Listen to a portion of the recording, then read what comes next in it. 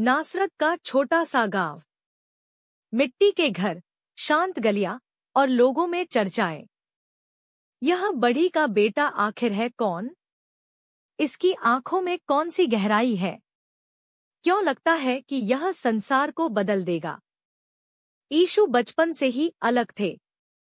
किसी में भी दुख देखते तो दुखी हो जाते, किसी को परेशान देखते तो मदद को दौड़ पड़ते।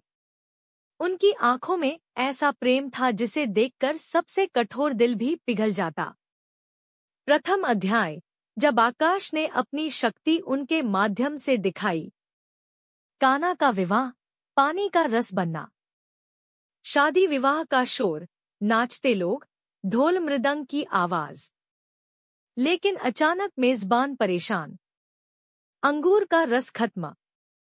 मरियम धीरे से यीशु को देखती है। कुछ कीजिए। यीशु की आंखों में हल्की मुस्कान।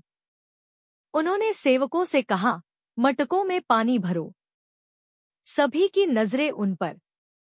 पानी उठाया गया, कप में डाला गया, और लोग हक्के बक्के। पानी दुनिया की सबसे बेहतरीन वाइन बन चुका था। यहीं से लोगों को एहसास हुआ, यह कोई साधारण इंसान नहीं। द्वितीय अध्याय, बीमारों का उद्धार, स्पर्श भर से नया जीवन। कफरनहूम का अद्भुत दिन। सूरज ढल चुका था, लेकिन यीशु के घर के बाहर भीड़ थी। खूंटे पर बैसाखियां, दुखों से टूटे चेहरे, माँ बाप अपनी बीमार संतानों को उठाए खड़े। यीशु बाहर आए। उन्होंने बस एक बात कही, तुम मुझ पर विश्वास करते हो? और फिर शुरू हुआ चमत्कारों का वह सिलसिला जो इतिहास में अमर हो गया। 1. लकवाग्रस्त युवक। 4 लोग एक लकवाग्रस्त लड़के को चटाई पर लेकर आए। भीड़ इतनी कि अंदर जाने का रास्ता ही नहीं, तो उन्होंने छत तोड़ दी और युवक को रस्सियों से नीचे उतारा। सबको लगा यीशु नाराज होंगे, लेकिन उन्होंने कहा, तेरे पाप क्षमा हुए।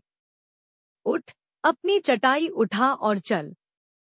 और लड़का उठ खड़ा हुआ। भीड़ में सन्नाटा छा गया। 2.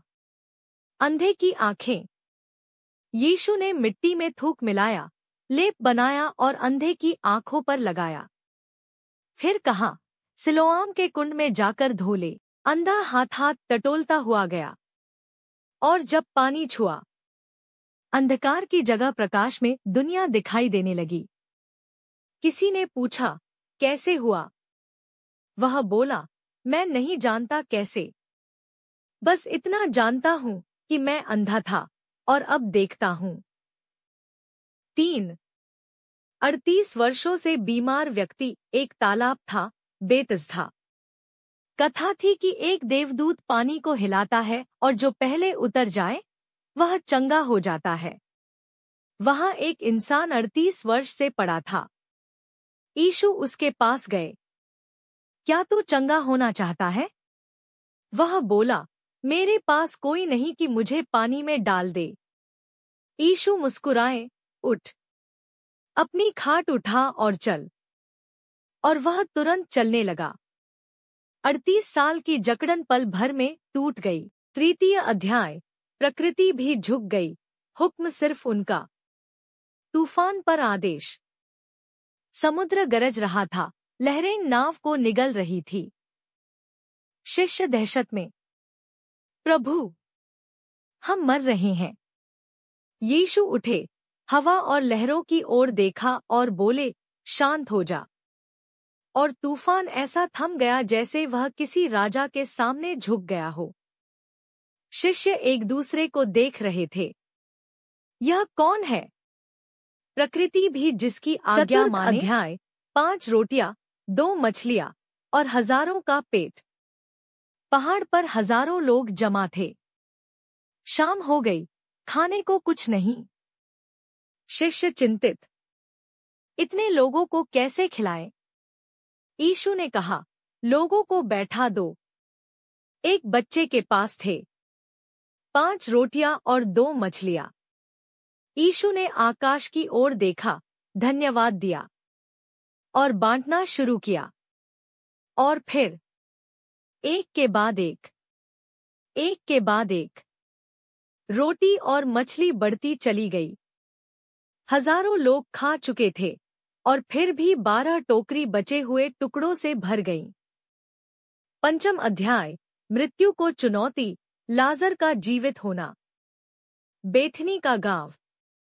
4 दिन पहले लाजर की मृत्यु हो चुकी थी।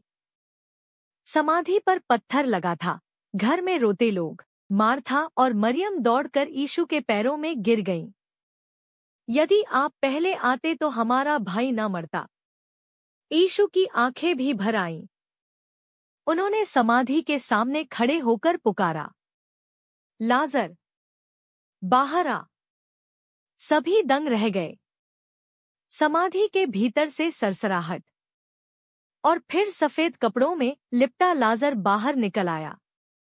लोग चिल्ला उठे, यह मृत्यु पर भी अधिकार रखते हैं।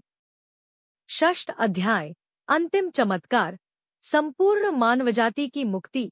यीशु को क्रूस पर चढ़ाया गया, लेकिन उन्होंने कहा, हे पिता, इन्हें क्षमा कर, यह नहीं जानते कि क्या कर रहे हैं। 3 दिन बाद, जब सब रो रहे थे, जब दुनिया को लगा कि रोशनी बुझ गई, पहाड़ हिले, समाधियां खुली और यीशु पुनर्जीवित होकर उठ खड़े हुए। यह इतिहास का सबसे महान चमत्कार था। यीशु के चमत्कारों का सार। उनके चमत्कार सिर्फ शक्ति का प्रदर्शन नहीं थे, उन्होंने बीमारों को चंगा कर प्रेम दिखाया, पापियों को क्षमा कर दया दिखाई, भूखों को खाना खिलाकर करुणा दिखाई, प्रकृति पर आदेश देकर दिव्यता दिखाई और पुनर्जीवन से साबित किया कि जीवन उन पर निर्भर है। भूमिका, दुनिया अंधकार में थी, तभी प्रकाश आया। उस समय पाप, बीमारी, अन्याय, गरीबी और रोमन शासन का अत्याचार लोगों के दिलों पर बोझ की तरह बैठा था। पूरे इस्राएल में एक ही पुकार थी, मुक्ति कब आएगी? कौन हमें बचाएगा? नासरत का छोटा ग्रामीण इलाका, धूल भरी सड़कें और एक सादगीपूर्ण घर में पला बढ़ा एक युवक, यीशु, जिसने इतिहास की दिशा बदल दी। उनके कदमों में ऐसी शक्ति थी जिसे इंसान समझ नहीं सकता था, लेकिन उनके शब्दों में ऐसा प्रेम था जिसे हर कोई महसूस करता था। अध्याय 1, पहला प्रकाश, जब समय ने करवट बदली। यूहन्ना बपतिस्मा देने वाला और भविष्यवाणी का क्षण। यूहन्ना लोगों को बपतिस्मा दे रहा था।